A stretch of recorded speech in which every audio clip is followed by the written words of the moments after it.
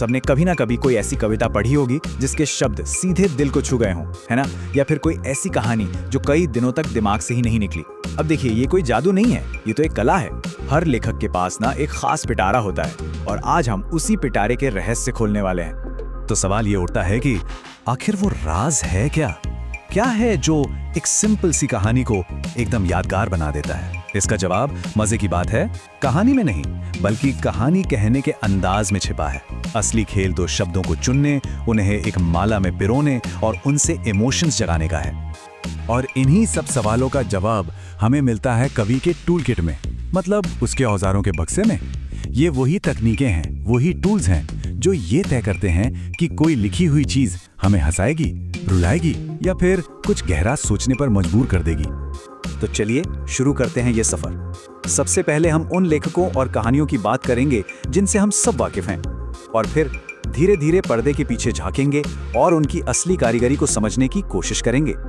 अरे, हम सब ने तुलसीदास की राम भक्ति के बारे में पढ़ा है, सूरदास की ब्रज भाषा को जाना है और निराला जी की कविताएं तो खैर कमाल ही हैं।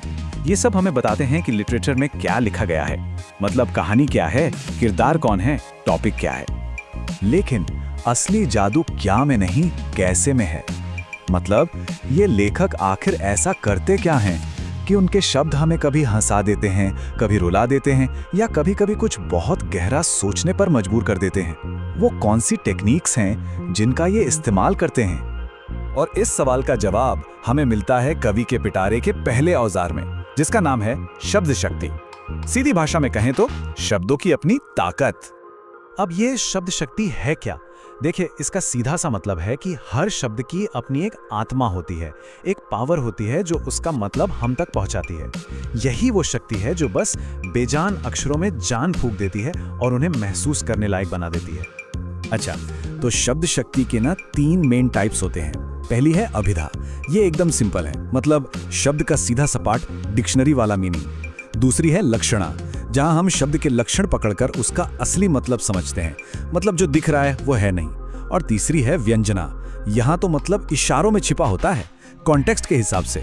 जैसे मान लीजिए कोई कहता है अंधेरा हो गया, तो इसका मतलब सिर्फ ये नहीं है कि रोशनी चली गई। इसका एक छिपा हुआ इशारा ये भी हो सकता है कि भाई अब घर चलो।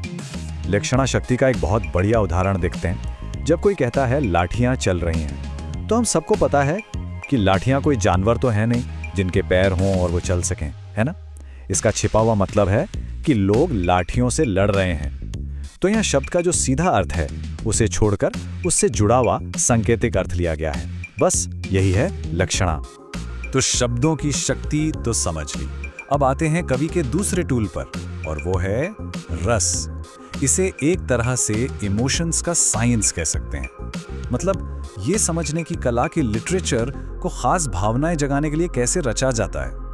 एक बहुत ही मशहूर कहावत है, रसात्मक वाक्यम काव्यम। इसका मतलब है कि रस से भरा वाक्य ही असल में कविता है। यानी कविता का असली काम दिमाग को कुछ समझाना नहीं, बल्कि दिल को छूना है।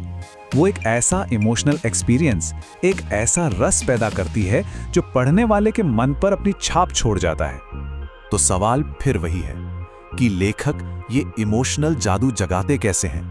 वेल, इसकी ना एक पूरी रेसिपी है, और इस रेसिपी में 4 खास चीजें पड़ती हैं। ये 4 अंग हैं। नंबर 1, स्थायी भाव। ये वो कोर इमोशन है जो हम सबके अंदर हमेशा रहता है, जैसे प्यार या दुख। नंबर 2, विभाव। ये वो कारण है, वो इंसान या सिचुएशन जो उस इमोशन को जगाती है। नंबर 3, अनुभव। मतलब इमोशन जागने पर हमारे शरीर का रिएक्शन, जैसे आंसू आना या रोंगटे खड़े हो जाना। और चौथा, संचारी भाव। ये छोटी छोटी फीलिंग्स हैं जो आती जाती रहती हैं और मेन इमोशन को और मजबूत बनाती हैं। इसको ऐसे समझिए कि हर रस का एक परमानेंट यानी कोर इमोशन होता है। जैसे श्रृंगार रस, जिसका कोर इमोशन है रति यानी प्रेम। करुण रस का है शोक, हास्य रस का हास यानी हंसी, और भयानक रस का स्थायी भाव है भय।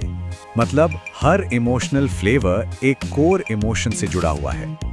तो अब तक हमने ये देखा कि कैसे शब्द शक्ति और रस मिलकर लिटरेचर को पावरफुल बनाते हैं। लेकिन मजे की बात यह है कि ये टूल्स सिर्फ बड़ी बड़ी किताबों तक ही सीमित नहीं है।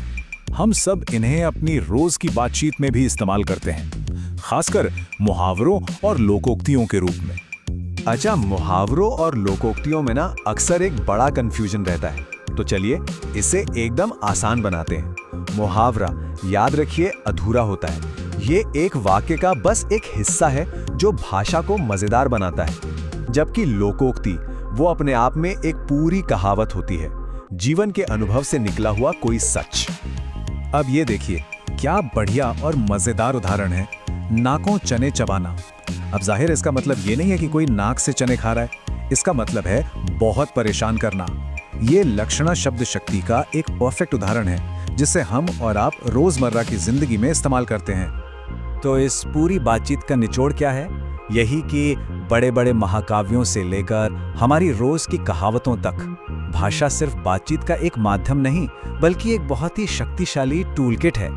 शब्द शक्ति, रस और मुहावरे, ये सब वो औजार हैं जो साधारण से शब्दों को एक कला का रूप दे देते हैं।